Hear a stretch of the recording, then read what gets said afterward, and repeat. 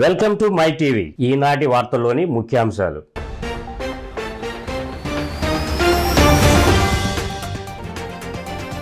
Vijayawada Indira Gandhi municipal స్టేడియంలో 75వ గణతంత్ర దినోత్సవ వేడుకలు. పతాకాన్ని ఆవిష్కరించిన గవర్నర్ అబ్దుల్ నజీర్, హాజరైన ముఖ్యమంత్రి వైఎస్ జగన్మోహన్ రెడ్డి దంపతులు.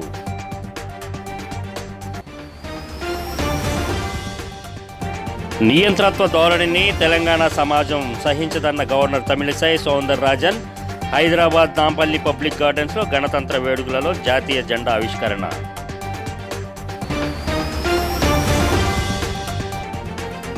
మహనీయులను స్మరించుకోవటం అందరి బాధ్యతన్న చంద్రబాబు. ఉండవల్లి నివాసంలో పతాకావిష్కరణ. హైదరాబాద్ నివాసంలో జెండాను ఎగరవేసిన లోకేష్.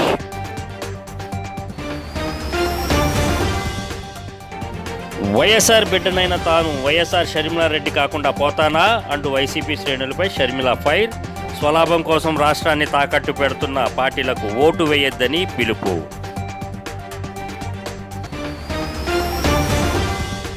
వివరాల్లోకి వెళ్తే, విజయవాడ ఇందిరాగాంధీ మున్సిపల్ స్టేడియంలో దేశ 75వ గణతంత్ర దినోత్సవ వేడుకలు ఘనంగా నిర్వహించారు. ఈ వేడుకలలో రాష్ట్ర గవర్నర్ అబ్దుల్ నజీర్తో పాటు ముఖ్యమంత్రి వైఎస్ జగన్మోహన్ రెడ్డి దంపతులు పాల్గొన్నారు. జాతీయ జెండాను గవర్నర్ అబ్దుల్ నజీర్ ఆవిష్కరించి పోలీసుల గౌరవ వందనం స్వీకరించారు. గణతంత్ర దినోత్సవం సందర్భంగా స్టేడియంలో పోలీస్, ఇండియన్ ఆర్మీ, ఎన్సీసీ దళాలు కవాతు నిర్వహించారు. శకటాల ప్రదర్శనను గవర్నర్ నజీర్ ఇతరులు ఆసక్తిగా తిలకించారు. అనంతరం గవర్నర్ ప్రసంగించారు. Progress Family Doctor Program. Under the Family Doctor Program, each mandal is provided with 2 PHCs. Each PHC will have 2 doctors and one 104 vehicle. One doctor will take care of patients at PHCs while the other doctor visits Dr. YSR village health clinics, schools, Anganwadi centers in their mapped village to provide health services. Dr. YSR village clinics and urban health clinics. In the state there are 10,032 village health clinics providing medical services, conducting 12 types of tests and 105 varieties of medicines are made available. Dr. YSR village clinics buildings are constructed with an investment of rupees 1,692 crores. మహోన్నతమైన మన రాజ్యాంగాన్ని రాజ్యాంగకర్తలు ఎంతో ముందు చూపుతో తయారు చేశారని Telangana governor Tamilisai Soundararajan అన్నారు. గణతంత్ర దినోత్సవాన్ని పురస్కరించుకొని రాష్ట్ర ప్రజలకు శుభాకాంక్షలు తెలిపారు. హైదరాబాద్ నాంపల్లి పబ్లిక్ గార్డెన్లో గవర్నర్ జాతీయ పతాకాన్ని ఆవిష్కరించారు. తొలుత గవర్నర్కు సీఎం రేవంత్ రెడ్డి, సిఎస్ శాంతకుమారి, ఇతర అధికారులు స్వాగతం పలికారు. అనంతరం గవర్నర్ సైనిక దళం గౌరవ వందనం స్వీకరించారు. The government already received applications from the needy people from December 28 to January 6, a total of 1 crore 25 lakh. Applications have been received. Of them, 1 crore 5 lakh have been received seeking the benefits of the 5 guarantees. People submitted 19,93,000 applications for other requisitions. The government is preparing an action plan to address the people's grievances by compiling the department-wise data. The previous government has completely neglected employment and livelihood for youth for the past 10 years. The erstwhile state government was indifferent towards the youth who played a key role during the Telangana movement. The people's government led by Honorable Chief Minister Revanth Reddy Garu is paying special attention to providing job to the youth. Telugu Desam party అధినేత నారా చంద్రబాబు నాయుడు ఉండవల్లిలోని తన నివాసం వద్ద గణతంత్ర దినోత్సవం సందర్భంగా జెండాను ఆవిష్కరించారు. మహనీయుల చిత్రపటాలకు పూలమాలలు వేసి నివాళులర్పించారు. పోలీసుల నుంచి గౌరవ వందనం స్వీకరించారు. మహనీయుల త్యాగాలను ఈ సందర్భంగా ఆయన గుర్తు చేశారు. మరోవైపు హైదరాబాద్లోని చంద్రబాబు నివాసంలో మాజీ మంత్రి, తెదేపా జాతీయ ప్రధాన కార్యదర్శి నారా లోకేష్ గణతంత్ర దినోత్సవం సందర్భంగా జెండాను ఎగరవేశారు. పోలీసుల గౌరవ వందనం స్వీకరించిన అనంతరం మాట్లాడుతూ గణతంత్ర దినోత్సవ శుభాకాంక్షలు తెలియజేశారు. అనంతరం మిఠాయిలు పంచిపెట్టారు.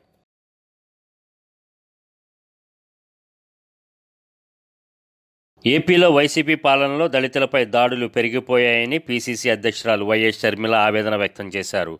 దళితులను చంపి డోర్ డెలివరీ చేస్తున్నారని, అరాచకాలను ప్రశ్నిస్తే తప్పుడు కేసులు పెట్టి వేధిస్తున్నారని చెప్పారు. దళితులకు గుండు కొట్టించి అవమానిస్తున్నారని అన్నారు. వీటన్నిటినీ మన రాష్ట్రం చూసిందని చెప్పారు.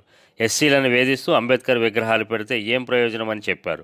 రిపబ్లిక్ డే వేడుకల సందర్భంగా విజయవాడలోని పార్టీ కార్యాలయంలో ఆమె జాతీయ పతాకాన్ని ఆవిష్కరించారు. అనంతరం మీడియాతో మాట్లాడుతూ వైసీపీ నేతలు చేస్తున్న విమర్శలపై మండిపడ్డారు.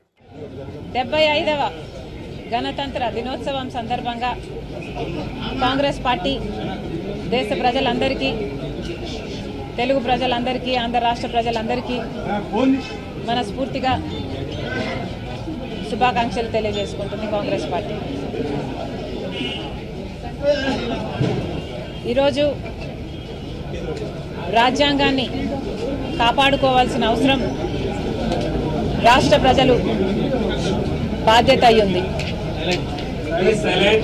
రాజ్యాంగాన్ని అన్ని రకాలుగా కాపాడుకోగలిగింది ఒక కాంగ్రెస్ పార్టీ మాత్రమే. కాంగ్రెస్ పార్టీ ఆ రోజు అధికారంలో ఉండి అన్ని వర్గాలకు, అన్ని మతాలకు, అన్ని రాష్ట్రాలకు అందరికీ మేలు చేయాలి అన్న ఉద్దేశంతో అంబేద్కర్ గారి నాయకత్వంలో భారతదేశ రాజ్యాంగాన్ని రూపొందించడం జరిగింది. దానివల్లనే ఈరోజు భారతదేశ పౌరులందరికీ హక్కులున్నాయి. ఈ హక్కుల వల్లే గణతంత్ర దినోత్సవ వేడుకలు మంగళగిరిలోని జనసేన పార్టీ కార్యాలయంలో నిర్వహించారు. పతాకాన్ని ఆవిష్కరించిన అనంతరం జనసేన అధ్యక్షుడు పవన్ కళ్యాణ్ మాట్లాడుతూ పొత్తు నేపథ్యంలో వచ్చే ఎన్నికలలో ఎన్ని స్థానాలు తీసుకోవాలో తనకు తెలుసునని, అది తెలియకుండానే ఇక్కడి వరకు వచ్చానా అని ప్రశ్నించారు. కొందరు 50 తీసుకోండి, 60 తీసుకోండి అంటున్నారని, పొత్తుని ఇబ్బంది పెట్టేలా కొందరు మాట్లాడుతున్నారని పవన్ అన్నారు. ఇది మంచిది కాదని హితవు పలికారు.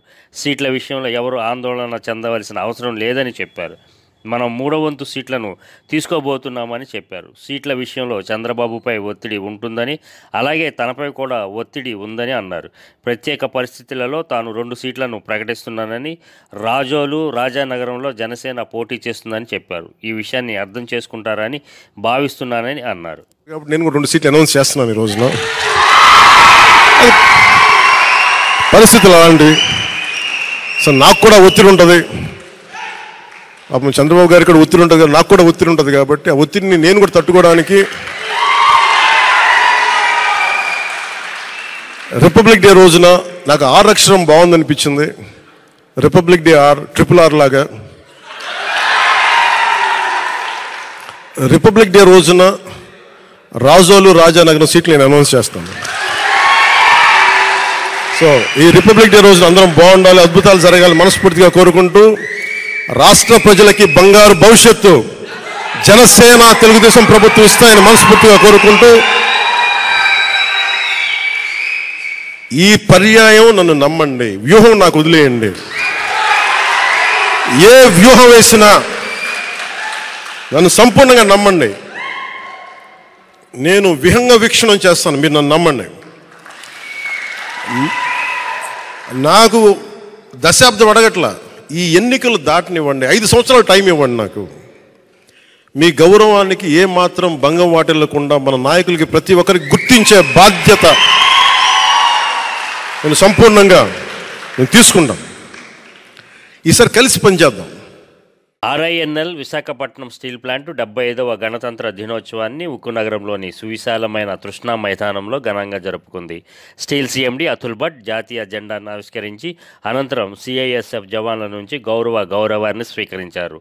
అనంతరం మాట్లాడుతూ 2024లో సవాళ్లను ఎదుర్కోవడానికి ప్లాంట్ టర్న్ అరౌండ్ సాధించడానికి RINL ఒక బలమైన మరియు బహుళ శ్రేణి విధానాన్ని రూపొందించిందని తెలియజేశారు. 2024 RINLకి చాలా ఆశాజనకమైన సంవత్సరం అవుతుందని విశ్వాసం వ్యక్తం చేశారు. యావత్ సిబ్బంది సమిష్టి కృషితో RINLకి 2024 చిరస్మరణీయమైన మరియు లాభదాయకమైన సంవత్సరంగా మార్చడానికి ప్రతి ఒక్కరూ కృషి చేయాలని పిలుపునిచ్చారు. ఈ కార్యక్రమంలో ఉక్కు డైరెక్టర్లు AK Bagchi, SC Pandey, chief vigilance officer doctor S Karunaraju, విస్టీల్ మహిళా సమితి అధ్యక్షురాలు నుపూర్ భట్ తదితరులు పాల్గొన్నారు.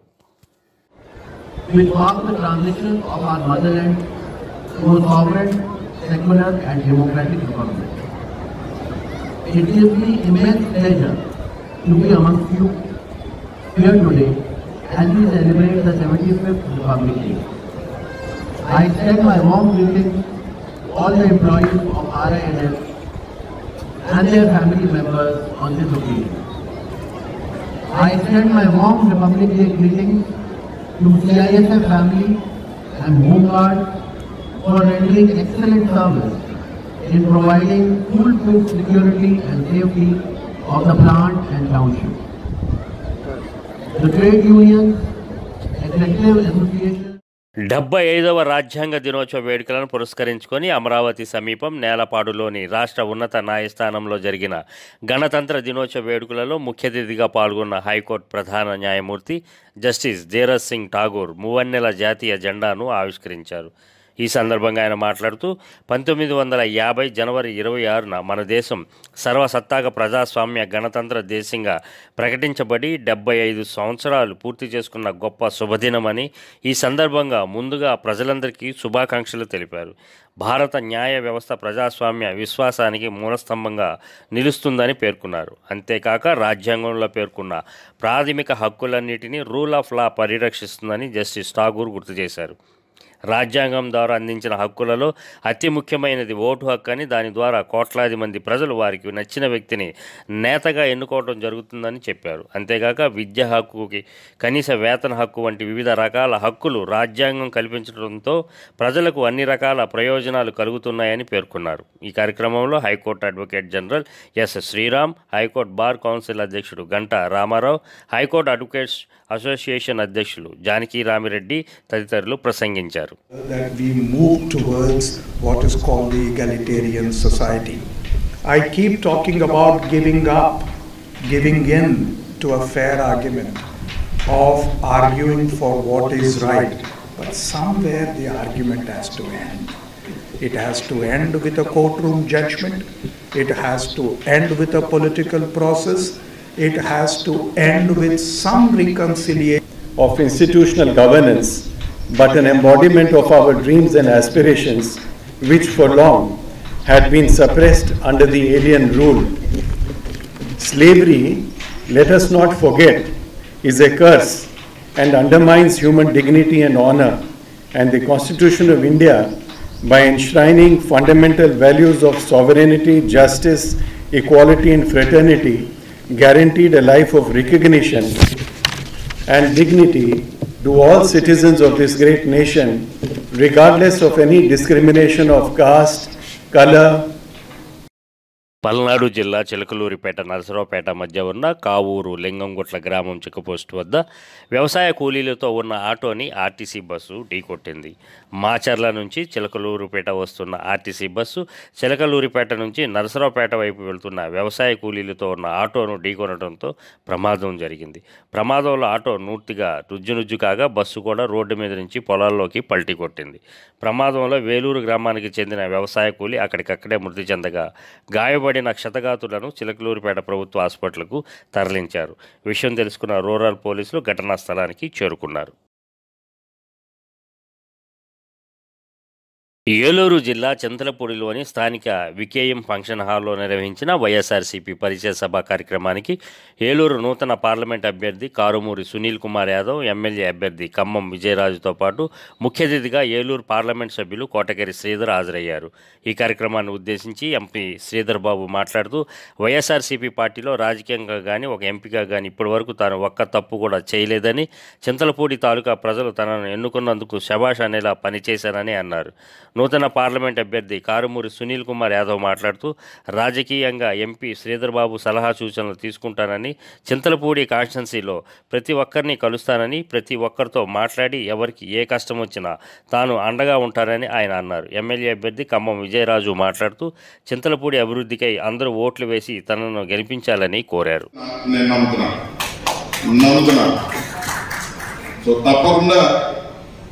తప్పకుండా ఈయన ఇక్కడ ఉండవలసినాడు. మీ అందరికి తెలిసే ఉంటుంది, ఈయన మోషన్ రాజు గారు మీ అంటే ఇంకోటి కూడా తెలిసే ఉంటుంది. వీళ్ళ అబ్బాయి ఐపీఎస్ ఆఫీసర్, ఆ ఐపీఎస్ ఆఫీసర్ తమిళనాడులో మొన్న 4 రోజులు అయింది జాయిన్ అయ్యి. అన్ని విధాలుగా నాకు తెలిసి జీవితంలో జగన్మోహన్ రెడ్డి గారిని మనసులో పెట్టుకుని చిన్న చిన్నవి ఏమైనా ఉన్నా కూడా మనందరం కలిసి పరిష్కరించుకుని ముందుకెళ్లాలని నేను మీ అందరినీ కోరుతున్నాను. ఎందుకంటే మనలో చిన్న చిన్న గొడవల వల్ల అవతల పార్టీకి ఏమైనా బెనిఫిట్ అయితే అది మన పార్టీకి మంచిది కాదు. ఎందుకంటే రేపొద్దున ఏమన్నా తేడా వస్తే ఈ రోజు వాలంటరీ వ్యవస్థ పెట్టి సచివాలయం స్టాఫ్ పెట్టి అన్ని పథకాలు మన ఇంటికి డోర్ డెలివరీ చేస్తున్నారు. రేపొద్దున ఏదన్నా తేడా వస్తే ఆ సచివాలయం బిల్డింగ్ 75వ గణతంత్ర దినోత్సవం సందర్భంగా ఏలూరు జిల్లా పోలవరం మండలంలోని ప్రభుత్వ కార్యాలయాలలో జాతీయ జెండా ఆవిష్కరణ కార్యక్రమం ఘనంగా నిర్వహించారు. డిఎస్పీ కార్యాలయంలో డిఎస్పీ రత్నరాజు, రెవెన్యూ కార్యాలయంలో తహసీల్దార్ బి సుమతి, మండల పరిషత్ కార్యాలయంలో ఎంపీపీ సుంకర వెంకటరెడ్డి, పోలీస్ స్టేషన్లో ఎస్ఐ పవన్ కుమార్, ప్రభుత్వ ఉన్నత పాఠశాలలో ఎంఈఓ చూడామణి సచివాలయం వద్ద జాతీయ జెండాను ఆవిష్కరించి గౌరవ వందనం చేశారు. ముందుగా మహాత్మా గాంధీ, బిఆర్ అంబేద్కర్ చిత్రపటాలకు పూలమాల వేసి నివాళులర్పించారు. ఈ కార్యక్రమంలో MPDO G Srinu, deputy tahsildar Prasada Rao, EPO RT Srinivasa Rao, APO Venkateswara Rao, sarpanch Podam Pushpa, head constable Srinivasu పాల్గొన్నారు. దానికి ఏం కావాలంటే దానికి ఒక పటిష్టమైనటువంటి రాజ్యాంగం కావాలి. అలాంటి రాజ్యాంగాన్ని ఏర్పాటు చేయడానికి లేకపోతే రచించడానికి ఆ రోజుల్లో దేశం మొత్తంలో సమర్థవంతమైన రైటరు లేకపోతే ఒక నాలెడ్జ్ పర్సన్ ఎవరున్నారనేది వెతికినప్పుడు డాక్టర్ బిఆర్ అంబేద్కర్ గారే మనకి సూటబుల్ పర్సన్ అని దేశం మొత్తం ఏకగ్రీవంగా ఆమోదించి ఆ బృహత్తర బాధ్యతని ఆయనకు అప్పచెప్పడం జరిగింది. ఆయనతో పాటు కమిటీలో కొంతమంది సభ్యుల్ని ఎన్నిక చేశారు. వీళ్ళందరూ కూడా ప్రపంచంలో ఉన్న అన్ని దేశాల్లో ఉన్న అన్ని రాజ్యాంగాల్ని స్టడీ చేసి మన భారతదేశానికి ఎలాంటి రాజ్యాంగం అయితే మనకి సరిపోతుందో అందులో ఉన్న అంశాలన్నీ తీసుకోవటం జరిగింది. ఎందుకంటే మిగిలిన దేశాలకి మన దేశానికి చాలా వేరియేషన్ ఉంటుంది. మన దేశము అనేక రకాల జాతుల మతాల. జనసేన పార్టీ పోలవరం నియోజకవర్గం ఇన్ఛార్జి చిర్రి బాలరాజు నియోజకవర్గంలో సుడిగాలి పర్యటన చేశారు. పోలవరం మండలంలో పర్యటించిన చిర్రి బాలరాజు జనసేన కార్యాలయంలో మండల అధ్యక్షులు గుణపర్తి చిన్ని అధ్యక్షతన విస్తృత స్థాయి సమావేశం నిర్వహించారు. ఈ సమావేశంలో జన సైనికులకు రానున్న ఎన్నికలలో తీసుకోవాల్సిన చర్యలు, కార్యాచరణ ప్రణాళికల గురించి దిశానిర్దేశం చేశారు. ఈ సందర్భంగా ఆయన మాట్లాడుతూ త్వరలో ఎన్నికలు జరగనున్న నేపథ్యంలో జన సైనికులు సంసిద్ధమై ఉండాలని సూచించారు. పవన్ కళ్యాణ్ ఆశయాలను, జనసేన పార్టీ సిద్ధాంతాలను ఏ విధంగా ప్రజల్లోకి తీసుకువెళ్లాలని, ఏ విధమైన భరోసాలను కల్పించాలి అనే విషయాన్ని జనసేనకు వివరించామన్నారు. ఈ కార్యక్రమంలో మండల అధ్యక్షులు గుణపర్తి చిన్ని, జిల్లా సంయుక్త కార్యదర్శి పాదం కృష్ణ, మండల ఉపాధ్యక్షులు తెలగంశెట్టి రాంప్రసాద్, కొరసం రమేష్ తదితరులు పాల్గొన్నారు. ఎలక్షన్స్ చాలా దగ్గరగా ఉన్నాయి. వీటిని అనుగుణంగా ఏ విధంగా మేము ప్రజల్లోకి వెళ్ళాలి, జనసేన పార్టీ యొక్క సిద్ధాంతాలని అలాగే గుర్తుల్ని ఏ విధంగా ప్రజల్లోకి తీసుకువెళ్ళాలి, అలాగే మేము వారికి ఏ విధంగా ప్రజలకు భరోసా కల్పించి మేము ఓట్లు వేయించుకోవాలనే ఒక అంశంపై మేము ఈరోజు ఈ అత్యవసర సమావేశం ఏర్పాటు చేయడం జరిగింది. రానున్న రోజుల్లో మేమందరం కూడా ప్రజల్లో మమేకమై ప్రజా సమస్యలు తెలుసుకుంటూ ఈ 4.5 సంవత్సరాలు బట్టి మేము చేస్తున్నటువంటి అనేక కార్యక్రమాలు ప్రజలందరూ కూడా గుర్తిస్తున్నారు. తప్పకుండా మాకు గెలుపు దిశగా మమ్మల్ని ముందుకు నడిపిస్తారని మేము ఈ కార్యక్రమం ద్వారా తెలియజేస్తున్నాం. అరకు జిల్లా అరకలోయ సుంకరమెట్ట నుండి కటికి జలపాతం వెళ్లే రహదారిలో ఎస్ ఆకారంలో ఉన్న మలుపు వద్ద ఇన్నోవా కారు అదుపు తప్పి సుమారు 100 మీటర్ల లోతు లోయలోకి దూసుకు వెళ్ళింది. ఈ ఘటనలో పీల అన్నపూర్ణ అనే మహిళ మృతి చెందగా మరో 3 తీవ్ర గాయాలయ్యాయి. బాధితులంతా విశాఖపట్నంలోని ఓ షాపింగ్ మాల్లో పనిచేస్తున్నట్లు తెలిసింది. స్టాఫ్ అంతా కలిసి అరకలోయ తిలకించడానికి వస్తున్న సమయంలో ఈ ప్రమాదం చోటు చేసుకుంది. ప్రమాదం జరిగినప్పుడు వాహనంలో 12 మంది ప్రయాణికులు ఉన్నారు. అందులో అన్నపూర్ణ ఘటనా స్థలంలో మృతి చెందింది. మరో 8 మందికి స్వల్ప గాయాలయ్యాయి. క్షతగాతులను అరకలోయ కమ్యూనిటీ ఆసుపత్రులకు తరలించారు. పోలీసులు కేసు నమోదు చేసి దర్యాప్తు చేస్తున్నారు. టిఫిన్కి ఆగిన తర్వాత మళ్ళీ బయలుదేరాము. కరెక్ట్గా వాటర్ ఫాల్స్కి వెళ్తున్నాము. సడన్గా ఆటోలు వచ్చేసారండి. ఆటోలు వచ్చేస్తే బ్రేక్ వచ్చేసరికి మరి బ్రేక్ పట్టలేదు. దానికి మనం ఏం చేయలేమండి. విజయనగరం జిల్లా రాజాం నియోజకవర్గంలో మళ్లీ జగనే మన ముఖ్యమంత్రి, దీనికి మేము సిద్ధం, మీరు సిద్ధమా అంటూ రాజాం నియోజకవర్గం వైఎస్ఆర్సీపీ ఇన్ఛార్జి డాక్టర్ తాలే రాజేష్ ప్రజలతో మమేకమై వార్డులో పర్యటించారు. టౌన్ వైఎస్ఆర్సీపీ అధికార ప్రతినిధి ఆసపు సూర్యం నివాసంలో మొదలుపెట్టి కొమ్మరి వీధి, మొండి వీధి, రజిక వీధులలో ఆయన పర్యటించారు. ప్రజలు హారతులిచ్చి పూలమాలతో సత్కరించి ఘనస్వాగతం పలికారు. ప్రతి గృహాన్ని సందర్శించి వృద్ధులు, వికలాంగులు, శ్రామికులు, వృత్తి పని చేసేవారితో మాట్లాడారు. ఈ నెల 27న భీమిలిలో జరగబోయే సిద్ధం బహిరంగ సభకు పెద్ద ఎత్తులో పాల్గొని విజయవంతం చేయాలని కోరారు. రాజాం పార్టీ టౌన్ కన్వీనర్ పాల వలస శ్రీనివాసరావు, దూబా గోపాల, ఆసపు సూర్యం, నల్లా Srinu, P Srinu, CH Jayaram, Vasu, Shankar, K Ramya, Jayalakshmi పాల్గొన్నారు.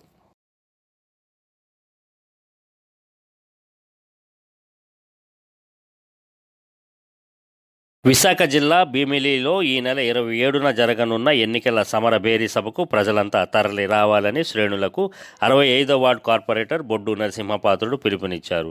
ఈ మేరకు దయాళ్ నగర్లోని కార్పొరేటర్ కార్యాలయం వద్ద జరిగిన సమావేశంలో ఆయన మాట్లాడుతూ ఈ సభ ద్వారా సీఎం జగన్ ఎన్నికల శంఖారావం పూరిస్తారని చెప్పారు. వార్డు నుంచి పెద్ద ఎత్తున తరలి వెళ్లాలని కోరారు.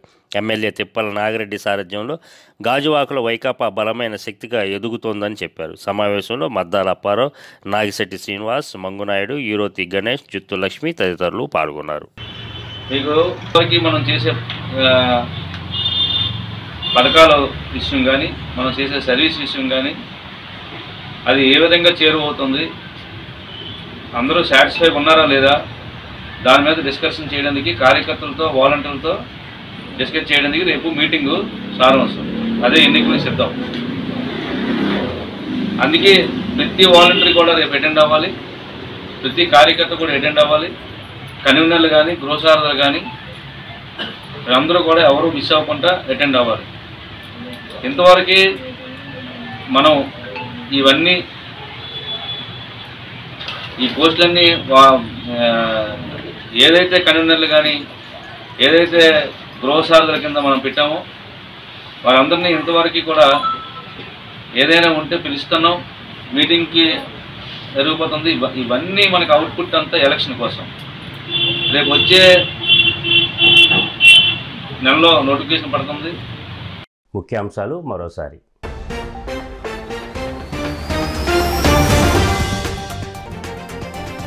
విజయవాడ ఇందిరాగాంధీ మున్సిపల్ స్టేడియంలో 75వ గణతంత్ర దినోత్సవ వేడుకలు. పతాకాన్ని ఆవిష్కరించిన గవర్నర్ అబ్దుల్ నజీర్, హాజరైన ముఖ్యమంత్రి వైఎస్ జగన్మోహన్ రెడ్డి దంపతులు.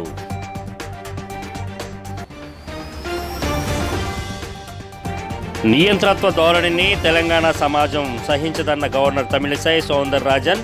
హైదరాబాద్ నాంపల్లి పబ్లిక్ గార్డెన్స్లో గణతంత్ర వేడుకలలో జాతీయ జెండా ఆవిష్కరణ.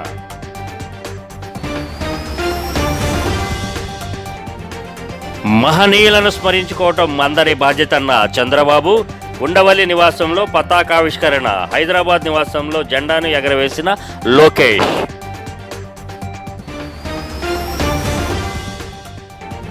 వైఎస్ఆర్ బిడ్డనైన తాను వైఎస్ఆర్ షర్మిలారెడ్డి కాకుండా పోతానా అంటూ వైసీపీ శ్రేణులపై షర్మిల ఫైర్. స్వలాభం కోసం రాష్ట్రాన్ని తాకట్టు పెడుతున్న పార్టీలకు ఓటు వేయొద్దని పిలుపు.